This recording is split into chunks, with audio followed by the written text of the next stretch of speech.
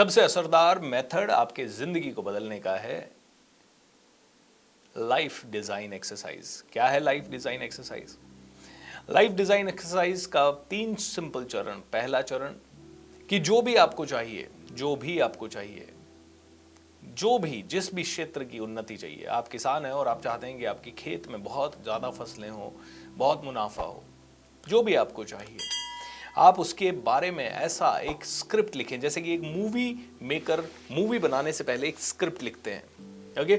वो स्क्रिप्ट में पूरी चीज़ें लिखते हैं। अगर आपने कोई नॉवल पढ़ा हो तो आपने देखा होगा कि उसमें बहुत सारी चीज़ें होती है। अगर कोई इंसान है तो उसका डील डोल सारा बताया जाता है कि वो इंसान ऐसा दिखेगा, वो इंसान 6 फुट का था, उसके सुनहरे बाल थे, वो ऐसा था, वो महिला ऐसी थी, वो गुंडा ऐसा था।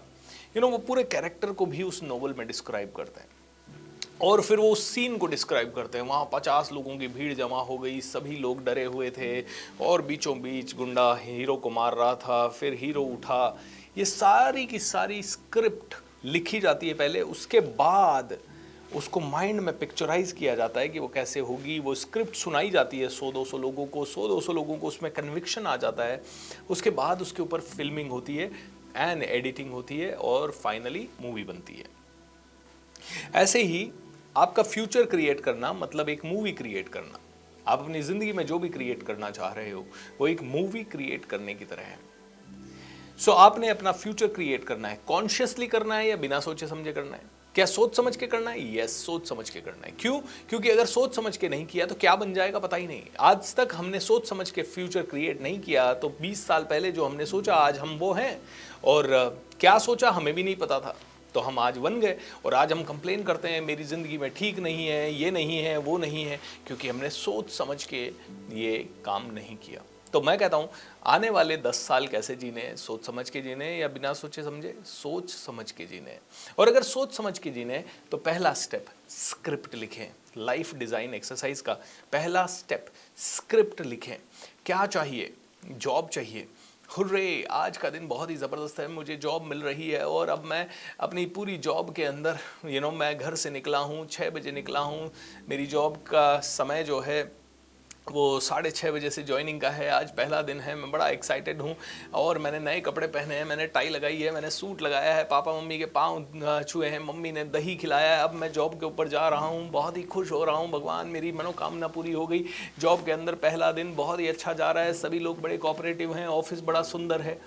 अब आपको सुंदर ऑफिस चाहिए तो सुंदर ऑफिस लिखें, बॉस अच्छा चाहिए तो भले बॉस बड़ा कोऑपरेटिव है, आपको चाहिए कि आपके माता पिता आपके लिए बड़े प्रसन्न हो रहे हैं, वो सारी चीज़ें लिखें। ये सारी स्क्रिप्ट आपने बहुत अच्छे से बनाई।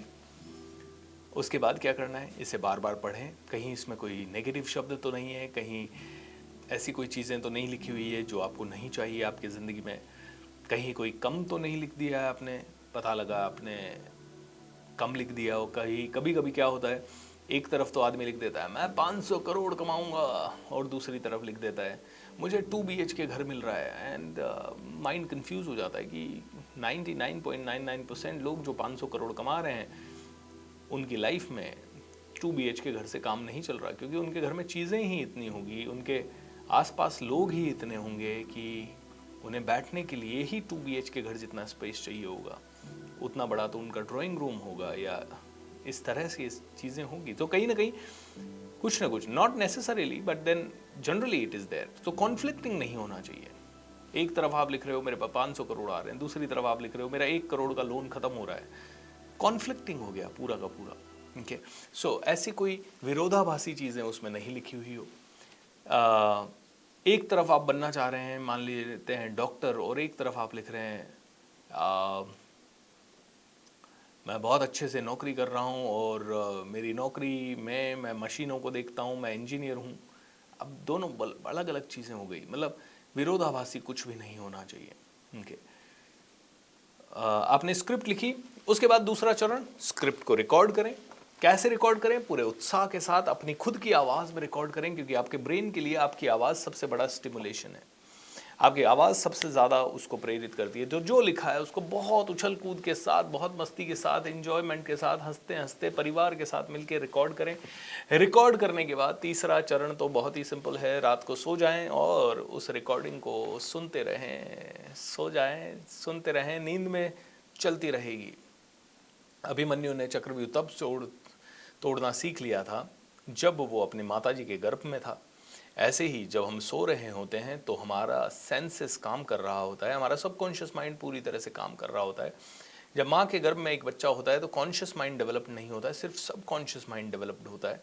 ऐसे ही जब रात भर जब हम सुनेंगे उस चीज़ को, हमारा सबकॉन्शियस माइंड उसे बार बार सुनेगा और एक दिन कब वो चीज़ हमारे पास ऐसे आ जाएगी, वाह, मज़ा आ जाएगा। सो ये है लाइफ डिज़ाइन एक्सरसाइज। इसे ढंग से करें, दिल से करें, मज़े से करें, बहुत खुश होके करें। एंड सिंपल है, एक बार स्क्रिप्ट लिखें, एक बार रिकॉर्डिंग करिए, बस बाकी तो प्ले करना है। कई लोग कहते हैं नींद नहीं आती। नींद इसलिए नहीं आती है बिकॉज आपने सोच लिया है कि मुझे तो नींद नहीं आती जब ये रिकॉर्डिंग चलती है। नहीं तो नींद तो ट्रैफिक के आसपास रहने वाले लोगों को भी आ जाती है। आपने देखा होगा फुटपाथ पे रहने वाले लोगों को भी आ जाती है, रेलवे स्टेशन के पास रहने वालों को और एयरपोर्ट के पास रहने वाले लोगों को भी नींद आ ही जाती है। आप रेलवे स्टेशन पे जाएं, हज़ारों लोग सोए हुए मिलेंगे, इतनी चहल पहल के बाद भी बस में लोग सो जाते हैं, ट्रेन में लोग सो जाते हैं। तो डोंट जस्ट टेल मी कि नींद नहीं आती है। नींद नहीं आ रही इसका मतलब आप अच्छे से थके नहीं हैं। अपने मेहनत करें, शरीर को थोड़ा थकाएं ताकि नींद बहुत आए। उम्मीद करता हूँ this is going to help.